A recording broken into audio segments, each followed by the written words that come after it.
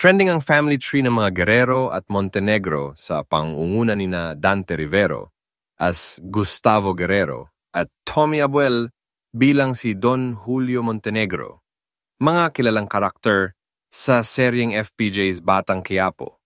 Umabot na sa halos 200 shares ang nasabing family chart ng dalawang pamilyang dating magkasangga na ngayon ay mortal ng magkaaway. Marami nang nawawalang mga karakter sa FPJ's Batang Quiapo. Sabi nga ni Coco sa huling panayam niya sa nakaraang Guillermo Mendoza Memorial Scholarship Foundation Box Office Entertainment Awards ay itinodo na niya ang kwento ng Batang Quiapo. Ipinangako ko lahat sa mga Pilipino na almost everyday wala nang hingaan ito na dire-diretso na kasi pinaputok na namin ang sikreto, say niya. At dahil pinaputok na nito ang mga sikreto ng kwento, ibig sabihin ba nito ay hindi na ito aabutin ng 2026?